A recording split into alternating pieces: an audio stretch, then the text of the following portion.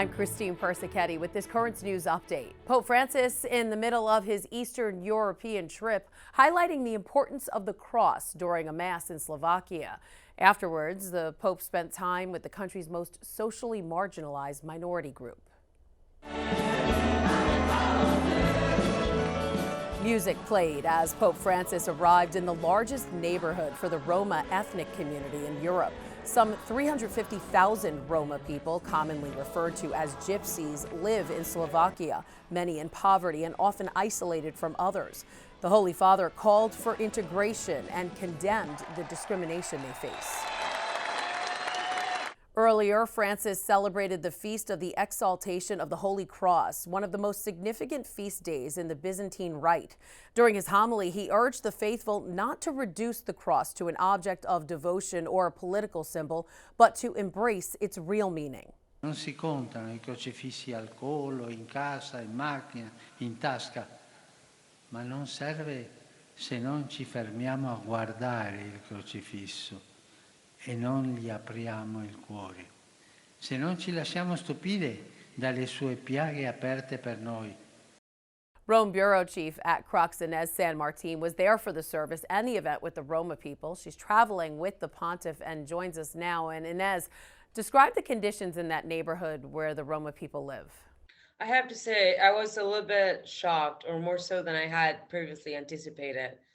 The conditions in which these people live are just something you're not used to seeing in, large European cities.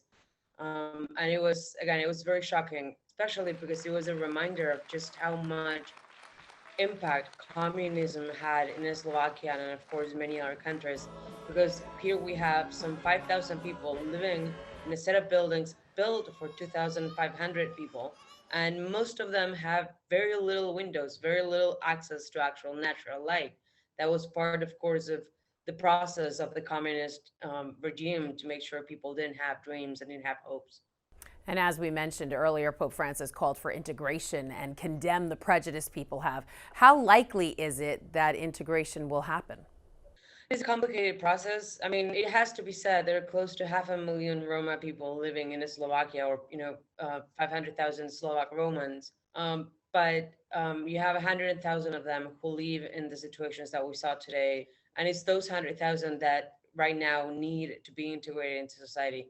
The problem is actually twofold. You have the Roma people who are distrustful of those who are not like them and don't really believe that they want to be a part of a larger society. And on the other hand, you have the Slovak society, which, as a Salesian priest told us today, is very racist still, and is very much into not integrating the Roma people because they don't really see them as part of their society. All right, Inez San Martin, Rome Bureau Chief at Crux. Thanks for joining us, and we'll check back in with you tomorrow to wrap up this papal trip. Perfect. Thank you very much. Pope Francis given a special gift from an Afghan Christian family after he helped give them the gift of freedom. The family was hiding in Kabul, refusing to renounce their faith when it was overtaken by the Taliban. Advocates reached out to the Pope on their behalf, and Francis mobilized Vatican diplomats. In mid-August, the Vatican, along with other institutions, helped get the family safely to Italy. In thanks, one of the family members gave the Pope the traditional Afghan shirt he wore while fleeing. Meanwhile, inside Afghanistan, the World Food Program is asking for aid to fight a desperate situation. Basically, they're foregoing meat and dairy and vegetables. They're also reducing their portion size, and in many cases, parents are foregoing to eat so that the children can eat. This, as one Afghan father of 10 says, there's no work to be found and the price of food and fuel rises daily. But the WFP and the UN are both on the ground already as humanitarian flights into Kabul have resumed. They say over 90% of Afghan families are struggling to eat. The WFP says some $30 million in funding is needed just to keep vital services going. It's also asking for $200 million to transport food and fix pipelines before winter sets in. Tuesday morning saw the National Catholic Prayer Breakfast in D.C., an event that brings hundreds of people to the nation's capital to pray for our country. This year's breakfast giving special recognition to New York's Sisters of Life as they celebrate their 30th anniversary. The Sisters of Life was founded by then head of the Archdiocese of New York, Cardinal John O'Connor, for the protection and enhancement of the sacredness of every human life. Turning now to a feast day celebration in a Queens neighborhood that was heavily impacted by COVID. The celebration honoring Our Lady of Velankani, or Our Lady of Good Health, an apparition of Mary that appeared in an Indian town 3 times during the 16th and 17th centuries. During the celebration at Our Lady of Lourdes Church in Queens, they processed with a statue of the Holy Mother while they prayed the Rosary.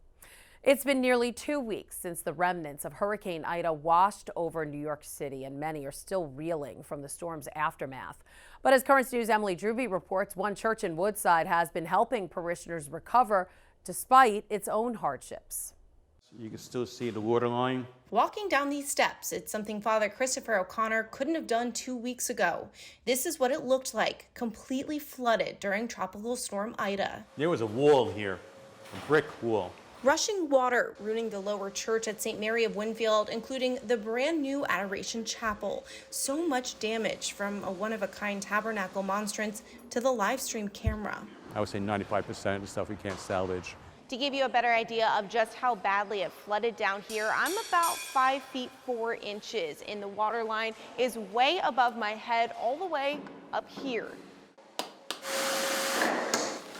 Work has begun, but it could take months, even a year, to fix. For the pastor, one of the hardest parts of this is that the chapel had just been redone, opening only 7 months ago. When I started tearing down the walls for our new Adoration Chapel, I had to leave.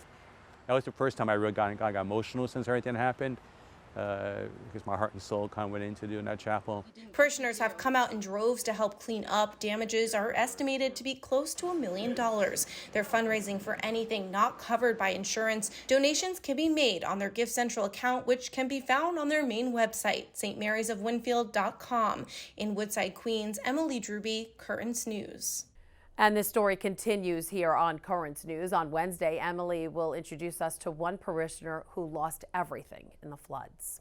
If you'd like to support those impacted by Ida, you can donate to the U.S. Bishop's Emergency Disaster Fund. Just head over to usccb.org and click Help Now.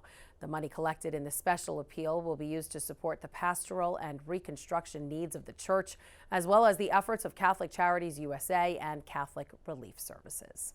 That is this Currents News update. The newscast will be back to its full length this fall when we move to our new studio.